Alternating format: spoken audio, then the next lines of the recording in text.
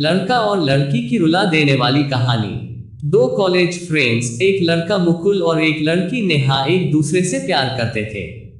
दोनों गरीब थे। दोनों ने ग्रेजुएशन खत्म करके अपने प्यार का इजहार कर शादी भी कर ली। पढ़े लिखे होने के बावजूद भी कोई अच्छी नौकरी ना मिलने के कारण और आगे की जिंदगी बिताने के लिए छोटा मोटा काम करने लगे थे। अच्छी नौकरी ना होने की वजह से दोनों की जिंदगी बड़ी ही बदहाल गुजर रही थी। कभी कभी तो दोनों को भूखे पेट भी सोना पड़ता था। ऐसे में वह लड़की कभी कभी जिस होटल में काम करती थी वहां से कुछ खाने की चीजें चुराया करती थी, मगर एक दिन पकड़ी गई और उसे वार्निंग देकर छोड़ दिया कि आगे से ऐसा ना करे। दोनों की जिंदगी ऐसे ही गरीबी में कट रही थी। भगवान मानो उनकी परीक्षा लेने पर तुला हुआ था। लड़की प्रेग्नेंट हो गई। अब उन दोनों को समझ में नहीं आ रहा था कि वे खुश हैं या फिर दुखी। खैर, उनकी जिंदगी में खास कोई बदलाव नहीं हुआ। 9 महीने बाद उनके यहाँ एक बहुत सुंदर बेटी ने जन्म लिया। बेटी का नाम उन्होंने पीहू रखा। बेटी के जन्म के बाद दोनों माँ बाप खुश भी थे और उसके भविष्य के बारे में चिंतित भी। थोड़े महीने ऐसे ही बीते। उनकी जिंदगी ऐसे ही चलती जा रही थी, मगर एकाएक मुकुल का स्वभाव बदलने लगा। मुकुल नेहा को इग्नोर करने लगा। वह हर ऐसी चीज जो नेहा को बुरी लगती बेधड़क करता था। इतना ही नहीं, जब भी उसकी छोटी बच्ची रोती तो उसे चुप कराने के बजाय वह उस पर चिल्लाया करता था। नेहा ने यह भी नोटिस किया कि उसे आजकल दूसरी औरतों के फोन भी आने लगे थे।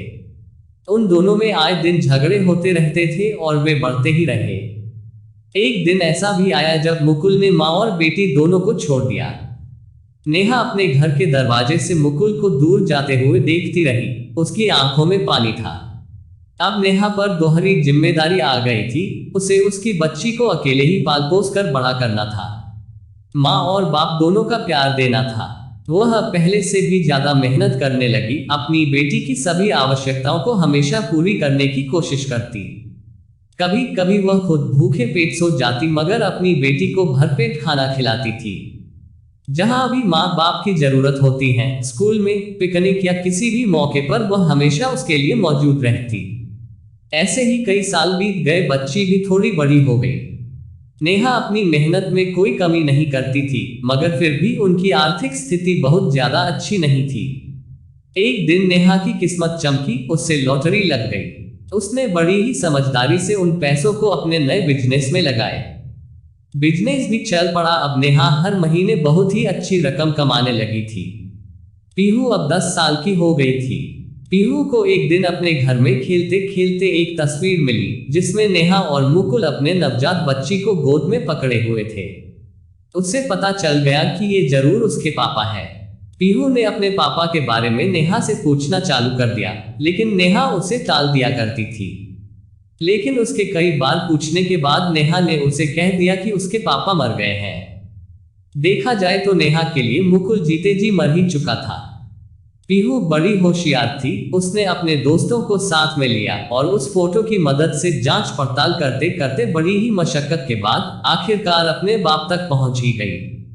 3-4 महीनों बाद नेहा को यह पता चला कि पीहू अपने पापा से बातें करती है और वह उसके टच में है। नेहा को यह बात बिल्कुल भी पसंद नहीं आई। उसने पीहू को बताया कि उसके पापा ने उनके साथ क्या किया था। कुछ महीने बीत गए। गर्मियों की छुट्टियां चल रही थी। तब पीहू ने छुट्टियां अपने बाप के साथ बिताई। ये बात पता चलने पर नेहा को बहुत बड़ा धक्का लगा। उसे लगा जैसे मुकुल की तरह ही पीहू ने भी उसे धोखा दे दिया है। जब पीहू घर लौटकर आई तो नेहा ने पीहू से बहुत बड़ा झगड़ा किया। उसने कहा कि तुम भी तुम्हारे बाप की तरह ही धोखेबाज निकली। मैंने तुम्हारे लिए क्या कुछ नहीं किया और तुमने मुझे ये सिला दिया। मैं तुमसे और तुम्हारे पापा से नफरत करती हूँ। इस बड़े झगड़े के बाद नेहा ने पीहू से दूरी बना ली। इतना ही नहीं, वो पीहू से बात भी नहीं करती थी। 1 महीना बीत गया। नेहा को पता चला कि मुकुल कैंसर की वजह से मर चुका है। नेहा को इस बात का थोड़ा भी अफसोस या दुख नहीं हुआ, मगर वह जानती थी कि पीहू दुख में डूबी हुई थी। यहां तक कि रोक रोक कर उसकी आंखें भी सूजी हुई थी। नेहा ने सोचा कि काश पीहू मेरे मरने के बाद भी इतनी ही दुखी हो। एक दिन नेहा सोफे पर बैठे शांति से टीवी देख रही थी कि अचानक पीहू वहां पर आई। उसके हाथ में एक चिट्ठी थी। उसने वह चिट्ठी नेहा के मुंह पर फेंकी। नेहा गुस्से से बोली, ये क्या बदतमीजी है। पीहू ने कहा, तुम्हारे लिए पापा की चिट्ठी है। नेहा ने कहा, इसे यहां से ले जाओ और कहीं फेंक दो। पीहू रो पड़ी और बोली, भगवान के लिए इसे एक बार पढ़ लो, और रोते हुए अपने कमरे में चली गई।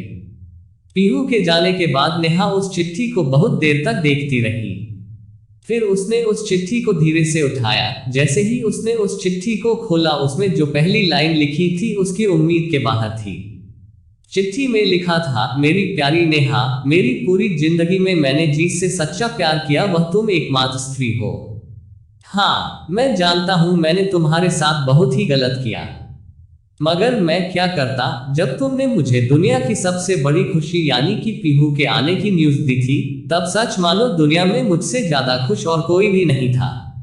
मगर मेरी बदनसीबी थी, इस खुशी के कुछ दिनों बाद ही मुझे पता चला कि मुझे बहुत ही खतरनाक और लाइलाज कैंसर है। हमारी जिंदगी में पहले ही इतनी सारी परेशानियां थी, सिर्फ एक ही बड़ी खुशी हमारी जिंदगी में आने वाली थी, पीहू। भला मैं उस खुशी को भी अपनी इस मनहूस बीमारी के बारे में बताकर कैसे खराब कर देता। मुझे कुछ भी समझ में नहीं आया तो मैंने तुम दोनों से दूर जाने का निर्णय लिया। मैं नहीं चाहता था कि इस खतरनाक बीमारी से मेरा पूरा परिवार लड़े, मेरे साथ साथ मेरा परिवार भी धीरे धीरे दम तोड़ दे। मुझे कुछ समझ में नहीं आया तो मैंने ना चाहते हुए भी तुमसे दूर होने का नाटक किया। मैंने जताया जैसे मेरी जिंदगी में कोई और लड़की आ गई हो। मैं खुद ही खुद को कॉल किया करता था किसी लड़की के नाम से। मैं तुम्हें ये बात कभी भी नहीं बताना चाहता था, मगर जब मेरा आखिरी समय चल रहा था तब हमारी बेटी ने मुझे ढूंढ निकाला। मैं फिर एक बार अपनी बेटी को अपने आप से दूर नहीं कर पाया। उसने मेरे आखिरी समय में मेरे साथ समय बिताया। सच मानो हमारी बेटी बहुत समझदार और दयालु है। इसी ने ये चिट्ठी मेरे आखिरी समय में मुझसे जबरदस्ती लिखवाई है, ताकि कम से कम मेरे मरने के बाद तुम मुझसे नफरत ना करो। चिट्ठी पूरी पढ़ते ही नेहा की आंखों में जैसे सैलाब आ गया। उसे बहुत पछतावा हो रहा था। उसे लग रहा था कि काश मुझे ये पहले पता चल जाता तो मैं मुकुल से बातें कर पाती, उससे गले लगा पाती, उसके दर्द को बांट पाती, मगर अब ये संभव नहीं था। उस दिन माँ और बेटी दोनों फूट फूट कर रोई। उस दिन माँ और बेटी दोनों फिर से करीब आ गई। नेहा मुकुल से तो दूर रही, मगर मुकुल के प्यार की निशानी पीहू को हमेशा अपने पलकों पर रखने लगी और पहले से भी कई गुना ज्यादा प्यार करने लगी।